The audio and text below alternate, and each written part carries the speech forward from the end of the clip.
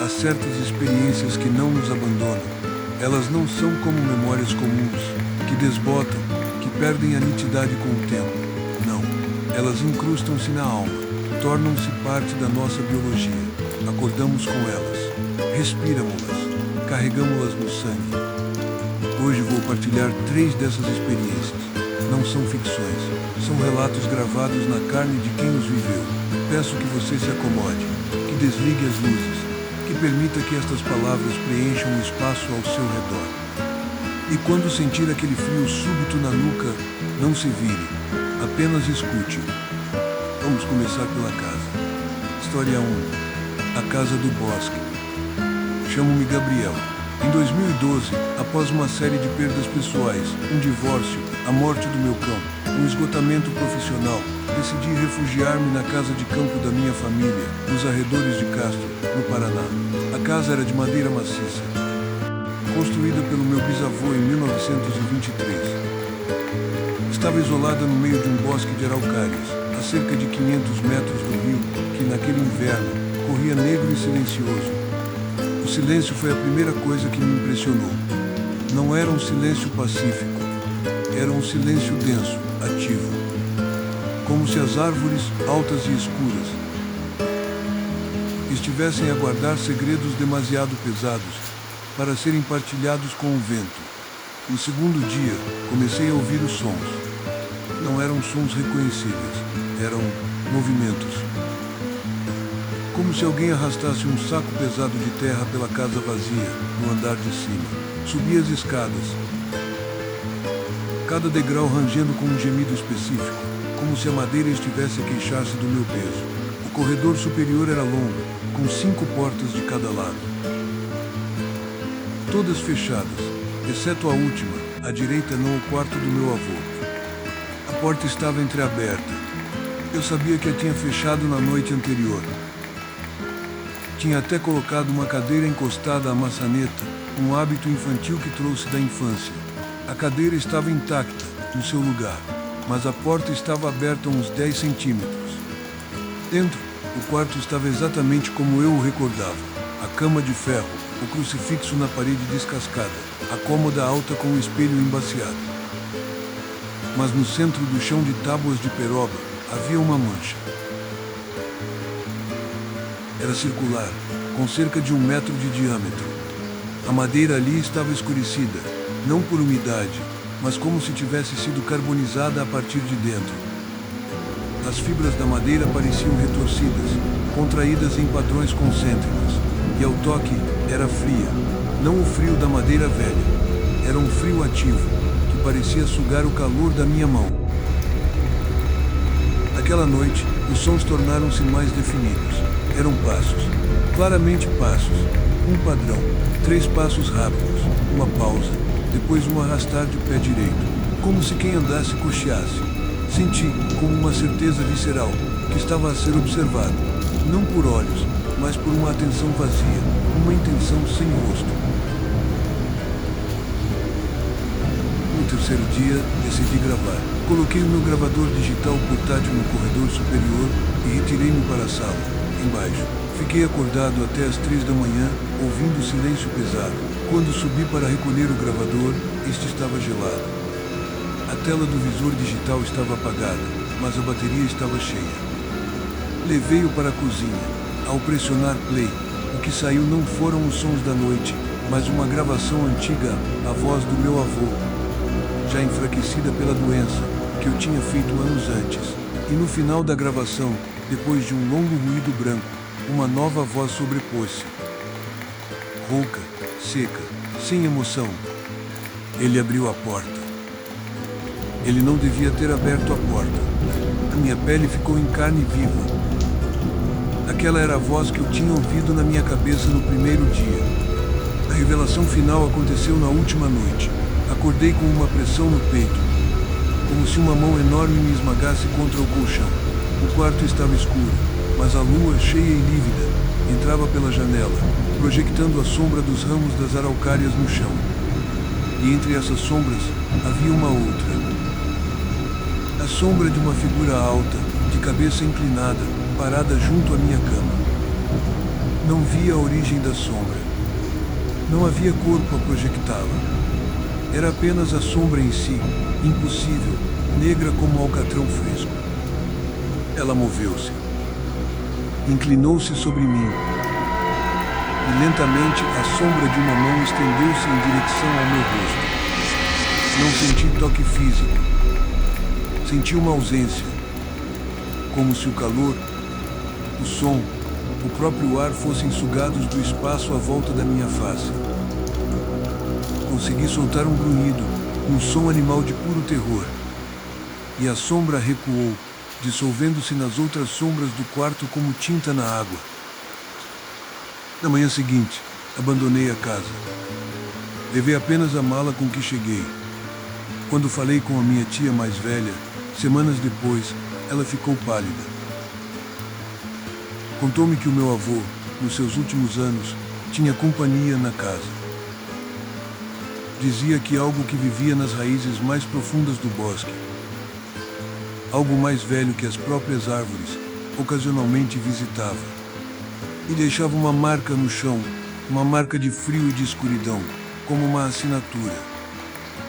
Nunca mais pus os pés naquela propriedade, mas até hoje, em noites muito silenciosas, quando o vento para subitamente, parece-me ouvir o arrastar de um pé no corredor do meu próprio apartamento. E tenho de me esforçar para não olhar para o chão, com medo de ver uma mancha escura a formar-se aos meus pés.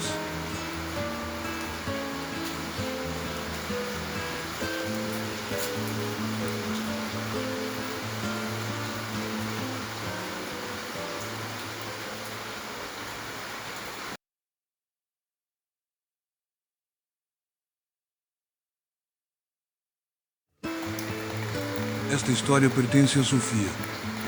Nos conhecemos na faculdade, e foi numa noite de chuva, há 2 anos, com a cidade de São Paulo a brilhar de forma opaca lá fora do seu apartamento, que ela me contou isto. Pediu que a partilhasse, mas que mudasse os nomes. O prédio ainda existe. Fica na Avenida São João, um daqueles edifícios de fachada Art Deco, que o tempo e a poluição pintaram de um cinza eterno. Sofia mudou-se para lá em 2019, para um estúdio no 4º andar.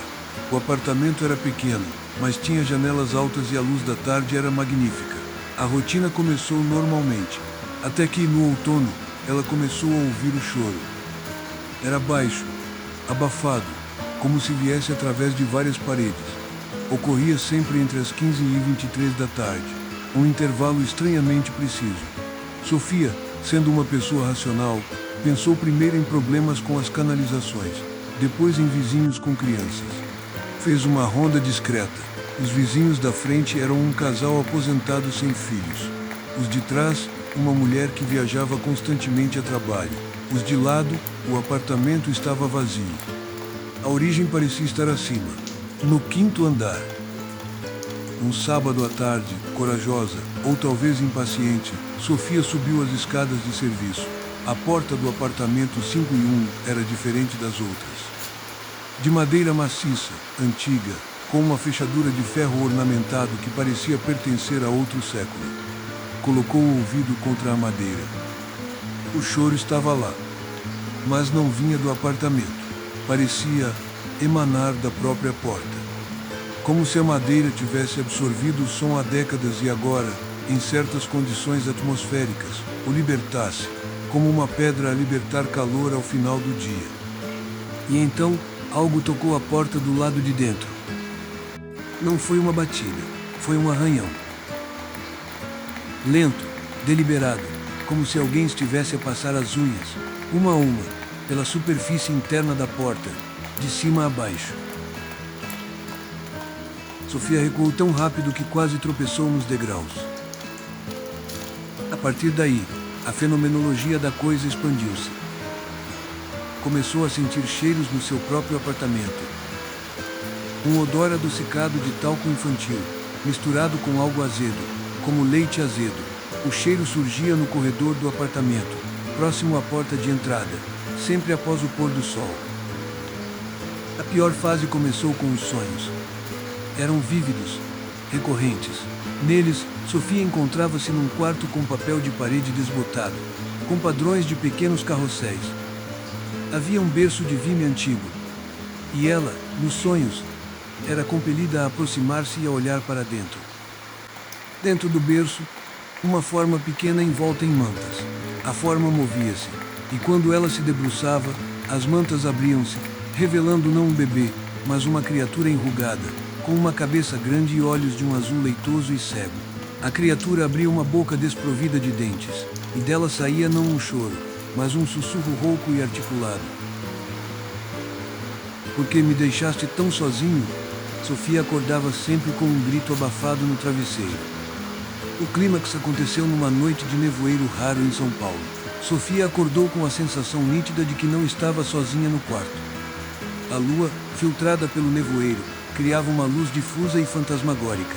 Ela virou-se na cama. À beira do colchão, a menos de meio metro dela, estava uma criança. Estava de pé. Vestia um roupão branco, de tecido fino e gasto, que lhe chegava aos pés. Os cabelos, claros e finos, caíam em caracóis desfeitos sobre os ombros. A criança estava de costas. Sofia não conseguia respirar.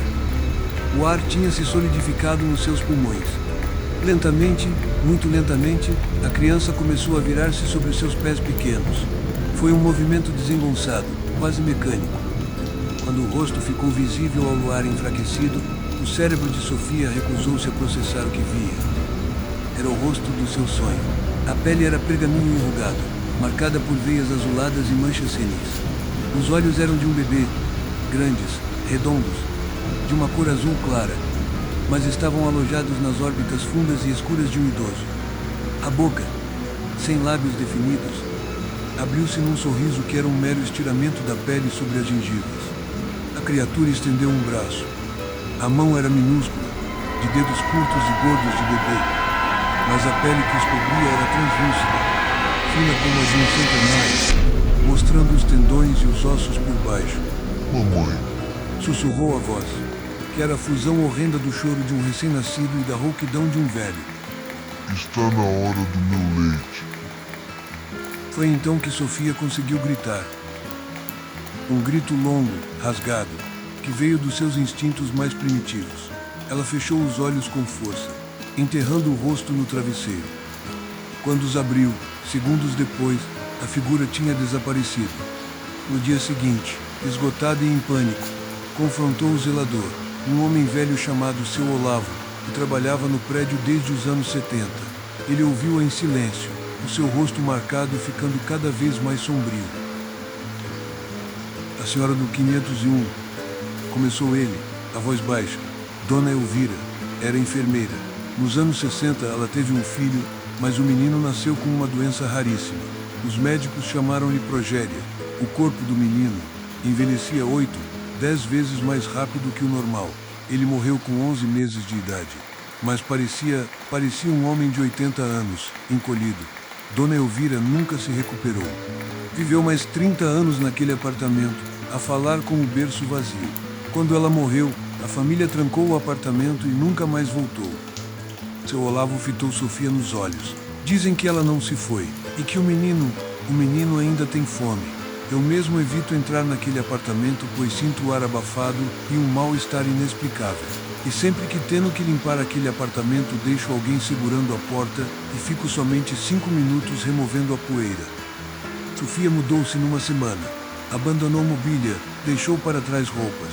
Começou de novo. Mas ela confidenciou-me que, até hoje, evita passar em frente a lojas de artigos para bebê. E se por acaso houve um choro à distância, as suas mãos começam imediatamente a tremer. "O trauma não está na mente", diz ela, "está na sua alma."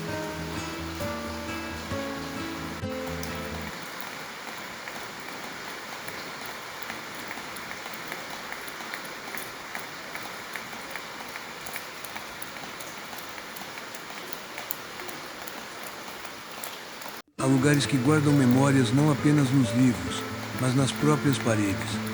Esta história pertence ao Matheus, um estudante de doutoramento em literatura comparada, que em 2018 conseguiu um acesso especial à biblioteca municipal de uma pequena cidade histórica do interior de Minas Gerais. O acesso era noturno, das 22 horas às 5 horas da manhã. um privilégio raro concedido devido à sua pesquisa sobre manuscritos do século XIX. A biblioteca era um edifício de 1897, com 3 andares, estantes de carvalho que chegavam ao teto abobadado, e um silêncio que não era ausência de som, mas uma presença física. Nas primeiras noites, Mateus trabalhou na sala principal, sob a luz verde de velhas lâmpadas de estudo. Tudo era normal, exceto por uma peculiaridade. O relógio de pêndulo no hall de entrada parava sempre a 1h17 da manhã. O zelador, um homem idoso de nome Sebastião, explicou-lhe com um sorriso cansado. Este relógio, ele não gosta daquela hora. Prefere não a marcar. Na quinta noite, Mateus decidiu explorar o 3º andar, uma secção fechada ao público há décadas, dedicada a doações privadas e documentos não catalogados. A escada de serviço rangia de forma diferente. Não era o rangido seco da madeira velha, mas algo mais úmido, como se cada degrau estivesse a gemer sob um peso invisível. O 3º andar era um labirinto de estantes cobertas com lençóis brancos, que na penumbra pareciam figuras agachadas. O ar era frio e cheirava a papel decomposto, e a algo mais, uma nota adocicada de flor de laranjeira murcha. Foi numa destas estantes, no canto mais afastado da única janela, que ele encontrou o diário. Era um volume encadernado em couro negro, sem título na lombada. As páginas eram de um papel pesado, amarelado nas bordas. A caligrafia era feminina, elegante, mas com uma inclinação angulosa que sugeria urgência. A primeira entrada datava de 14 de março de 1919. Hoje começo este registro, não por vaidade, mas por necessidade. As sombras neste edifício não são todas feitas de luz ausente. Algumas observam. E uma em particular parece ter me escolhido. Mateus sentou-se no chão de madeira, a poeira a levantar-se em espirais lentas sob a sua lâmpada portátil. As entradas seguintes descreviam a vida de uma jovem chamada Elisa, filha do bibliotecário-chefe da época. Ela escrevia sobre os sons que ouvia à noite, passos que paravam atrás da porta do seu quarto, suspiros que vinham das estantes vazias e, mais perturbador, sussurros que pareciam formar palavras nas pausas entre os seus próprios pensamentos. Na entrada de 7 de junho de 1919, a caligrafia tornou-se frenética. Ele chama-se de O Bibliotecário Silencioso. Não é um homem. É o resultado de todas as histórias nunca terminadas. De todos os pensamentos interrompidos ao longo dos séculos que estes livros testemunharam. Ele alimenta-se do não dito, do esquecido. E ele achou o meu medo saboroso. Uma página mais adiante, uma mancha castanha, antiga, seca, cobria várias linhas. A entrada seguinte, uma semana depois, estava escrita com uma caligrafia tão controlada que parecia gravada. Fizemos um acordo. Eu alimento com as minhas histórias os meus segredos não escritos. Ele permite-me viver, mas esta noite, ao passar pelo espelho no corredor do 2º andar, vi o meu reflexo sorrir para mim. E os meus olhos não eram meus. Mateus fechou o diário, as mãos geladas. O silêncio à sua volta tinha mudado. Já não era um silêncio vazio, era um silêncio expectante. Como um momento antes de uma pergunta ser feita.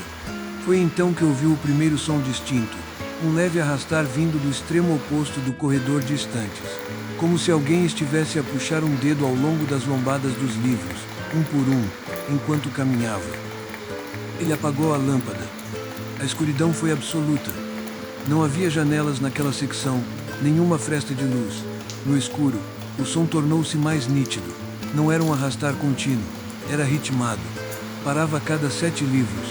Arrasta, arrasta, arrasta, pausa. Arrasta, arrasta, arrasta, pausa. E entre as pausas, um outro som, um leve estalido, como o de um papel muito fino a ser cuidadosamente virado. Mateus começou a recuar, de costas, tentando sentir o caminho com as mãos atrás de si. A sua respiração ecoava alto demais nos seus próprios ouvidos. De repente, as suas costas encontraram não uma estante, mas algo macio e frio, como veludo úmido. Ele congelou. O arrastar parou. No silêncio que se seguiu, uma voz falou. Não veio de nenhuma direção. Simplesmente manifestou-se no ar à sua frente, como se as próprias moléculas estivessem a vibrar para formar palavras. Era uma voz masculina, educada, quase acadêmica, mas totalmente desprovida de calor ou emoção. O leitor não catalogado. Interessante. A sua história ainda está por escrever, não é? Mateus não respondeu. Não conseguia. Os seus músculos estavam presos num bloqueio de puro instinto. Todos têm uma história não contada. Continuou a voz, agora mais próxima, como se o falante estivesse inclinado para o seu ouvido. Um segredo que nunca puseram no papel. Um pensamento que interromperam a meio. Esses são os meus favoritos. São as margens mais férteis para eu crescer.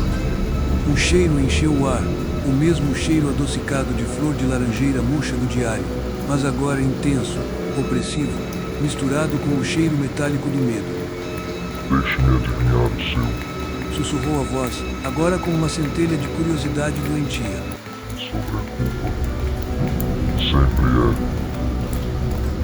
Aquele momento que podia ter falado, podia ter agido, e não o fez. O silêncio que escolheu. Sim. Sinto o seu contorno.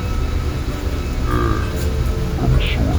Mateus sentiu algo tocar-lhe na testa, não uma mão. Era como se um parágrafo de ar frio se pressionasse contra sua pele, formando palavras invisíveis. Com um esforço sobre-humano, ele girou no escuro e correu às cegas. Tropeçou em estantes cobertas, sentiu o tecido rasgar-se nas suas mãos. O som do arrastar começou novamente, mas agora rápido, urgente, vindo de múltiplas direções ao mesmo tempo, como se várias coisas se movessem pelas estantes acima e ao seu redor. Ele encontrou a porta, desceu as escadas aos tropeções, não parando até chegar à sala principal, onde acendeu todas as luzes. O relógio no hall marcava 1h16. Ele esperou, ofegante, os olhos fixos no pêndulo. O ponteio dos minutos moveu-se para o 17, e parou. O tic-tac cessou. O silêncio que se seguiu foi mais profundo do que qualquer ausência de som que ele alguma vez experimentara.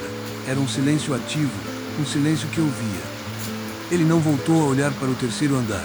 Recolheu os seus pertences e saiu da biblioteca antes do amanhecer.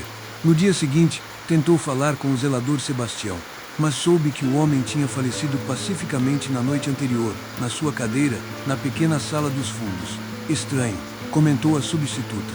Ele tinha o relógio dele no colo. Parou exatamente a 1h17. Mateus abandonou a sua pesquisa.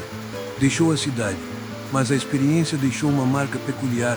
Desde aquela noite, ele perdeu a capacidade de escrever ficção. Sempre que tenta escrever uma história, as palavras recusam-se a fluir no papel. Os pensamentos interrompem-se a meio das frases. E às vezes, nas noites mais silenciosas, quando está à beira do sono, ouve o leve som de uma página a ser virada no quarto ao lado. E pior, às vezes sente um impulso estranho, quase um desejo, de contar aquele segredo que ele nunca pôs no papel. O segredo que o bibliotecário silencioso achou tão promissor. Ele resiste, porque sabe que se algum dia o fizer, estará a alimentar algo que vive nos espaços entre as palavras, e que está sempre com fome.